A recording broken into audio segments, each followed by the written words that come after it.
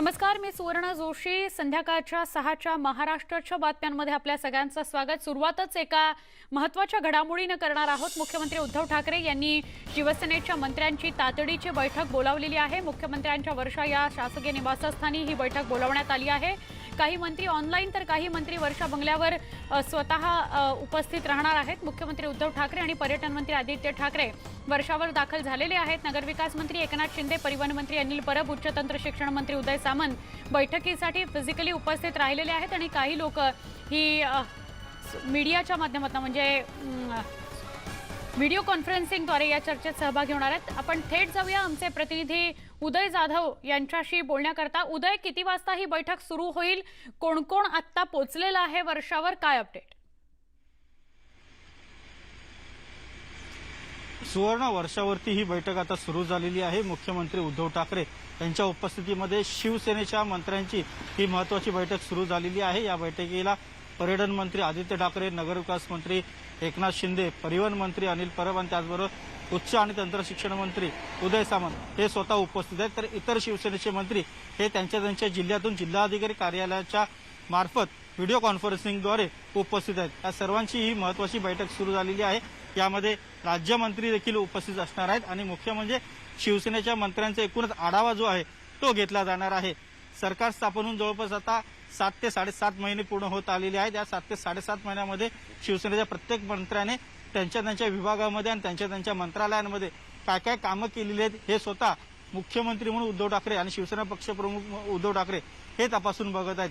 खास करून आपण पाहिलं की कोरोनाचा जेव्हापासून प्रादुर्भाव सुरू झालेला आहे मार्च महिन्यापासून, तेव्हापासून प्रत्येक शिवसेनेच्या मंत्र्याला एक टास्क दिलेला आहे की तुम्ही तुमच्या मतदारसंघात आणि त्याचबरोबर तुमच्या मंत्रालयाच्या अखत्यारीत येणाऱ्या सर्व विभागांमध्ये कशा प्रकारे कामं केली गेली पाहिजेत. या सर्व कामांचा अहवाल आता स्वतः मुख्यमंत्री उद्धव ठाकरे तपासत आहेत आणि पुढे जे अजूनही कोरोनाचा प्रादुर्भाव सुरू आहे, पुढे जे आणखीन काही संकट येणार असेल तर त्या काळामध्ये सुद्धा शिवसेनेच्या मंत्र्यांनी कसं काम करायला पाहिजे किंवा त्यांचं स्वतःचं असं नियोजन काय आहे त्या संदर्भात हे सगळं प्रगती पुस्तक जे आहे ते स्वतः मुख्यमंत्री उद्धव ठाकरे तपासत आहेत. त्याचबरोबर सध्या जे परिवहन संदर्भात असतील किंवा नगरविकास मंत्रालयाच्या संदर्भात असतील किंवा उच्च तंत्र शिक्षण संदर्भात असतील, सध्या आपण बघतोय की विद्यार्थ्यांच्या पदवीधर परीक्षा जे विद्यार्थी आहेत त्यांचा जो प्रश्न जो आहे तो अजूनही रेंगाळलेला आहे. त्या संदर्भात देखील महत्त्वाचे विषय जे आहेत उद्धव ठाकरे या सर्व मंत्र्यांशी चर्चा करणार आहेत.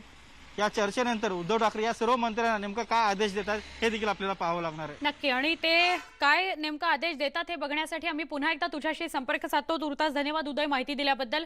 अजून एक दिवसभरातली मोठी बातमी जिच्याकडे आपण पाहतो, येस बँक घोटाळा संदर्भातली ही बातमी आहे. ईडीने मोठी कारवाई केलेली आहे.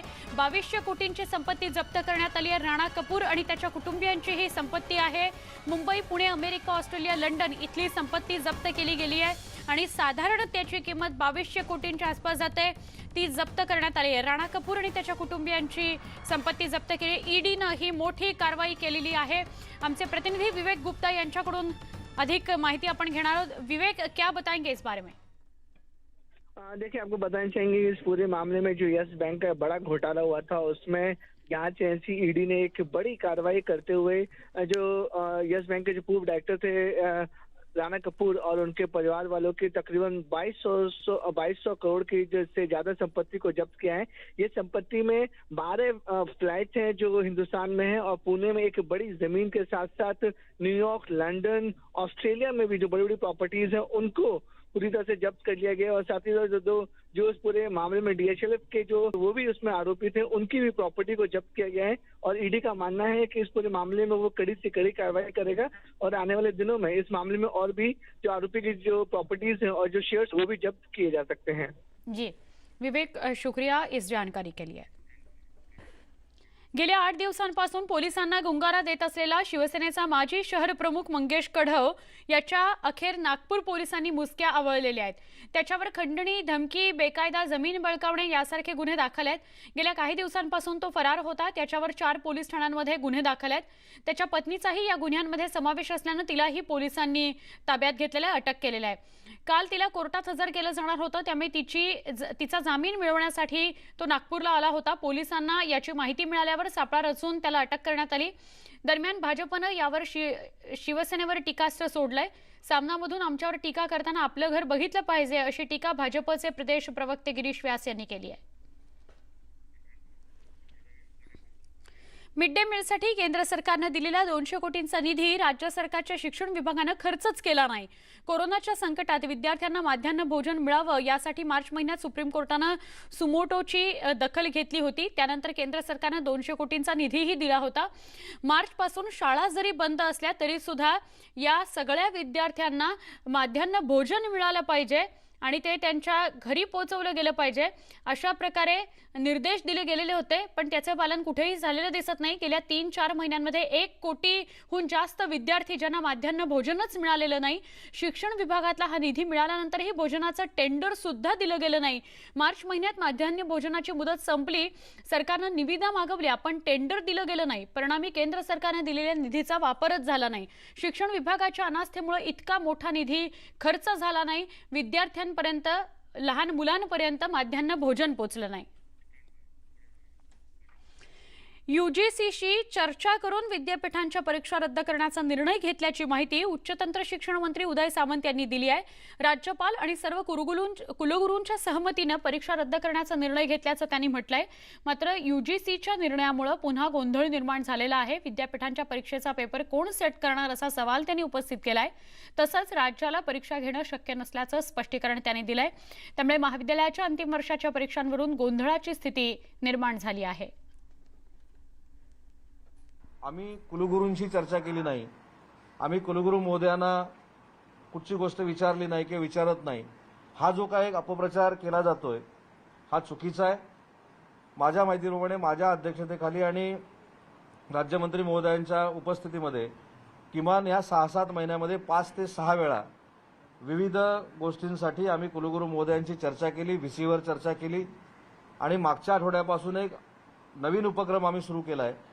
तो म्हणजे प्रत्येक विद्यापीठाच्या ज्या काही अडीअडचणी आहेत त्यांची बैठक व्हीसीवर लावायची आणि त्यांचे प्रश्न सोडवण्याचा एक कार्यक्रम आम्ही 2 आठवड्यापासून हातामध्ये घेतला आहे। काल देखील एक 2-4 प्रश्न विचारले होते की कंटेनमेंट झोनमध्ये जे विद्यार्थी आहेत त्यांची एक्झाम आम्ही कशी घेणार आहोत, कंटेनमेंट झोनमधला विद्यार्थी परीक्षेला आल्यानंतर त्याला क्वारंटाईन करायचा की नाही, क्वारंटाईन सेंटरसाठी दिलेली जी वसतिगृह आणि कॉलेजेस आहेत ती सरकार कशा पद्धतीनं विभागाच्या ताब्यामध्ये देणार आहे, जे विद्यार्थी आपापल्या शहरातनं गावी गेलेले आहेत त्यांना कसं आपण परत त्या शहरामध्ये आणणार आहोत आणि सगळ्यात महत्त्वाची गोष्ट पेपर सेट कोण करणार, पेपर कोण हाताळणार, उत्तरपत्रिका कोण हाताळणार, त्याचं मोबिलायझेशन कसं असणार, या सगळ्याची गाईडलाईन देखील यूजीसीनं दिली पाहिजे।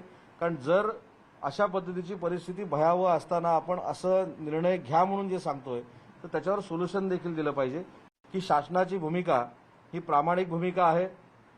आजही मी पटवर्धन साहेबांची मुलाखत बघितली, त्याच्यामध्ये ते असं म्हणतात की विद्यार्थ्यांना जर परीक्षा नको असेल किंवा पुढे काय होणार आहे ते आताच तुम्ही ठरवू नका, पुढे तशी वेळ आली तर यूजीसी त्या पद्धतीनं निर्णय घेईल। म्हणजे नक्की संभ्रम निर्माण कोण करतंय हेच आम्हाला कळत नाहीये आणि म्हणून यूजीसीला मी प्रामाणिकपणाने एक पत्र लिहिलंय, एचआरडी मिनिस्टरना पत्र लिहिलेलं आहे की महाराष्ट्रातली कोविडची परिस्थिती बघता आज सप्टेंबरपर्यंत परीक्षा घेणं हे खरोखर संभ्रम निर्माण करण्यासाठी नाही पण शक्यच नाही आहे। आणि हे शक्य नाही हे मत मी कोणामुळे बनवलं तर ज्या कुलगुरूंनी त्यांच्या भागातली आकडेवारी कोविडची सांगून परीक्षा आम्ही घेऊ शकत नाही अशी शिफारस आणि हे व्हीसीचे रेकॉर्डिंग आपण बघितलंय त्यांना केंद्रबिंदू मानून आणि विद्यार्थ्यांना केंद्रबिंदू मानून आणि शिक्षकांना केंद्रबिंदू मानून हे आम्ही निर्णय घेतलेले आहेत। सारथी ही संस्था कधीही बंद होणार नाही असं आश्वासन उपमुख्यमंत्री अजित पवारांनी छत्रपती संभाजीराजे यांना दिलं। यावेळी बैठकीनंतर त्यांना 8 कोटी सारथीसाठी उद्याच दिले जातील अशी घोषणाही करण्यात आली। सारथी नियोजन खात्याच्या अखत्यारीत येणार असल्याची माहिती यावेळी अजित पवारांनी दिली। अजित पवार हे कार्यक्षम मंत्री आहेत, ते सारथीला प्रगतीच्या दिशेने नेतील असा विश्वास संभाजीराजे छत्रपती यांनी व्यक्त केला। आज सकाळी या दोघांमध्ये बैठक पार पडली, मंत्रालयामध्ये ही बैठक झाली, त्यानंतर ही घोषणा करण्यात आली। आता हे कोरोनाचं सावट असताना कुठल्याही परिस्थितीमध्ये राज्य सरकारच्या वतीनं मी सांगू इच्छितो की सारथी ही काही संस्था बंद केली जाणार नाही। उद्याच्या उद्या 8 कोटी रुपये त्या ठिकाणी सरकारच्या वतीनं दिले जाणार आहेत। विजय वडेट्टीवार साहेब ते पैसे त्यांच्या विभागाच्या मार्फत तिथं पाठवणार आहेत। सारथी मी स्वतः एक इंडिपेंडेंट बॉडी असली तरी ती माझ्या अंडर जर मी ठेवली तर खऱ्या अर्थाने ज्या दृष्टिकोनातून ही सारथी निर्माण झालेली आहे. जो खऱ्या अर्थाने शाहू महाराजांचं हे जीवन स्मारक आहे हे टिकल असा मला पूर्ण विश्वास आहे. मी पवारसाहेबांना एवढं सांगू इच्छितो की ह्यांनी याच्यात जातीने लक्ष घालायला पाहिजे. कारण का अनेक 6 महिने असेच महिने निघून गेले आणि मराठा समाजाचा ह्याच्यावर विश्वास कमी झालेला आहे की आमच्यासाठी काही निर्णय ह्याच्या पुढे घेतील काही नाही. म्हणून आपण कार्यक्षम मंत्री आहात. पूर्वीसुद्धा आपण दाखवून दिलेलं आहे की पर्सनली तुम्ही जबाबदारी घ्या. आमचा हेतू दुसरा काही नाही. ही सारथी खऱ्या अर्थाने स्वायत्त राहायला पाहिजे. औरंगाबादमधल्या घाटीत प्लाझ्मा थेरपी सुरू होणार असल्याची माहिती आरोग्यमंत्री राजेश टोपे यांनी दिली. 10 प्लाझ्मा थेरपीपैकी 9 थेरपी यशस्वी ठरतात असं टोपे यांनी सांगितलं. तसंच सिप्ला कंपनीनं औषधी देण्याचंही मान्य केलेलं आहे. संसर्ग रोखणाऱ्या औषधींचा मुबलक पुरवठा करणाऱ्यांवर सरकारनं भर दिल्याचं त्याने सांगितलं. त्यांना बिल सुद्धा ज्या ठरवून दिलेल्या गोष्टी आहेत त्याच्यापेक्षा अधिक नाही घेता कामा. आणि त्यामुळं जे काही आमचा जिप्सा आणि TPA यांच्या माध्यमातून आम्ही एक फिक्स्ड रेट्स केलेले आहेत ज्याच्यामध्ये सगळ्या गोष्टी इन्क्लुडेड आहेत. म्हणजे तुमच्या सगळे टेस्ट वगैरे जे काही असतील म्हणजे टोटल ज्याला म्हणू आपण टर्नकी पर डे, मग तो 7,500 रुपयाचा रेट असेल किंवा 4,500चा असेल, हे जे काही रेट्स आहेत वेगवेगळ्या बेड्सच्या अनुषंगाने, तर त्या माध्यमातून बेड्स आकारले जात आहेत का नाही बिलं, हे यासाठी ऑडिटर नेमला पाहिजे प्रत्येक मोठ्या हॉस्पिटलला. मग हे सगळे ट्रस्ट हॉस्पिटल असतील किंवा प्रायव्हेट हॉस्पिटल असतील तर आता ते सुद्धा नेमण्याचं काम केलं जात आहे. आज एक सुदैवानी एवढी मोठ्या पद्धतीनं लॅबची आपण कॅपॅसिटी वाढवलेली आहे की आपल्याला 24 तासात टेस्ट रिपोर्ट येतो. ही फार सुदैवाची बाब आहे औरंगाबादच्या दृष्टिकोनातून. परंतु यापेक्षा सुद्धा अधिक चांगल्या पद्धतीच्या ज्या म्हणजे लवकर निदान व्हावं असं डायग्नॉस्टिक टेस्ट ज्या आल्या आहेत ती अँटीजन टेस्ट आहे. त्याचाही वापर करून आपण लवकर म्हणजे अनेकांच्या टेस्टिंग्स करून आपल्याला या सगळ्या दृष्टिकोनातून लवकर आपल्याला अर्ली डिटेक्शन करण्याच्या दृष्टिकोनातून आपल्याला उपयोग होऊ शकणार आहे. त्यामुळे अँटीजन टेस्टिंगचे 10,000 किट्स डेप्युटी डायरेक्टर सार्वजनिक आरोग्य विभागाजवळ दिले. त्यातले 5,000 औरंगाबाद कलेक्टरांजवळ दिलेत. राज्यात कोरोना टेस्टचं प्रमाण कमी असल्याचा हल्लाबोल विरोधी पक्षनेते देवेंद्र फडणवीस यांनी पुन्हा एकदा सरकारवर केला आहे. जळगाव जिल्ह्यात असताना त्यांनी पुन्हा सरकारवर टीका केली आहे. संजय राऊतांनी शरद पवारांची मुलाखत घेतली, त्यावरही त्यांनी खोचक टीका केली, भाष्य केलं. संजय राऊत यांची एक मुलाखत घ्यायला हवी आणि त्याचं शीर्षक एक नारद शिवसेना गारद असं द्यायला काहीच हरकत नाही असं ते म्हणाले. त्यांनी काहीतरी प्रोमो त्याचा असा केला आहे की एक शरद आणि बाकी सगळे गारद ना, कोण कोण गारद आहे हेही बघावं लागेल. बाकी सगळे म्हणजे उद्धवजी पण गारद का असा देखील विचार करावा लागेल. पण काल मला एकाने मेसेज पाठवला आणि त्यात गमतीने त्यांनी असं लिहिलं होतं की दुसरी एक मुलाखत राऊत साहेबांची देखील करा आणि त्याला नाव द्या एक नारद आणि शिवसेना गारद. राज्य सरकारने नुकतीच 10,000 पोलीस मेगा भरतीची घोषणा केली आहे. पण राज्यात गेल्या 2 वर्षांपासून पोलीस भरतीच झालेली नाही आणि कोविडच्या महामारीबाबत प्रत्यक्षात ही नवी भरती प्रक्रिया कधी सुरू होणार याबाबत संभ्रमाचं वातावरण आहे. म्हणूनच 2018च्या पोलीस भरतीच्या प्रतीक्षा यादीतील 1200 उमेदवारांनी आधी आम्हाला नियुक्त करून घेण्याची मागणी केलेली आहे. विशेष म्हणजे या सगळ्यांनी प्रारंभी विनावेतन काम करण्याची तयारी दर्शवलेली आहे. गेली 2 वर्ष भरतीच न झाल्यानं यातील बरेचसे उमेदवार आता वयाच्या निकषात बादही झालेले आहेत. म्हणूनच आमची सोय लावा अशी मागणी या सगळ्यांची आहे. महाराष्ट्राच्या बातम्यांमध्ये इथे एक छोटासा ब्रेक, लगेच भेटूया. पहा फक्त न्यूज 18 लोकमत.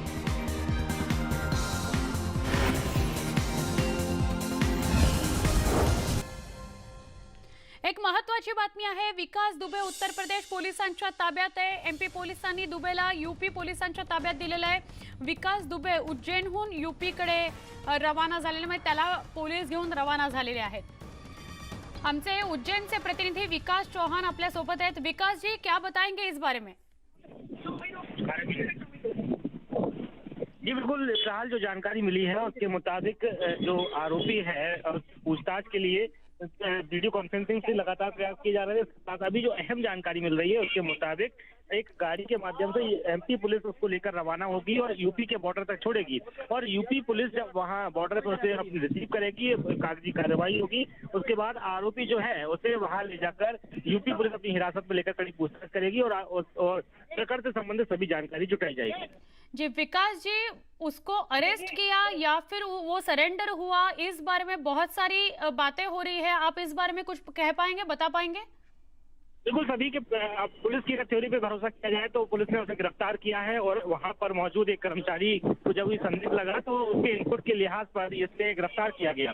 लेकिन ये तय माना जा रहा है, जो पुलिस की थ्योरी है वो अनबिलीवेबल लग रही है। इस लिहाज से ये तय हो जाता है कि वो योजना के तहत यहाँ पहुंचा है और योजना के तहत वो खुद उसने आत्मसमर्पण किया है। उसने खुद ने अपना परिचय दिया है और परिचय मिलने के बाद से ही आनंद फानंद में पुलिसकर्मी जो थे वो मौके पर पहुंचे। तमाम जो सुरक्षा एजेंसी के जो वहाँ लोग थे वह हरकत में आए और उसके बाद आनंद फानंद में उसकी गिरफ्तारी की गई। हालांकि उसकी बैग की तलाशी करने पर एक अवैध हथियार भी प्राप्त हुआ है, उस प्रकरण में भी उस पर प्रकरण दर्ज किया गया है और मामले में उसकी गिरफ्तारी भी ली गई है। जी विकास जी, शुक्रिया इस पूरी जानकारी के लिए। हमसे प्रतिनिधी विकास चौहान आपल्यासोबत होते आणि जे आपल्याला विकास दुबे संदर्भातली अधिक माहिती देत होते। या बातमीसह बुलेटिनमध्ये इथेच थांबतोय। पहा फक्त न्यूज 18 लोकमत।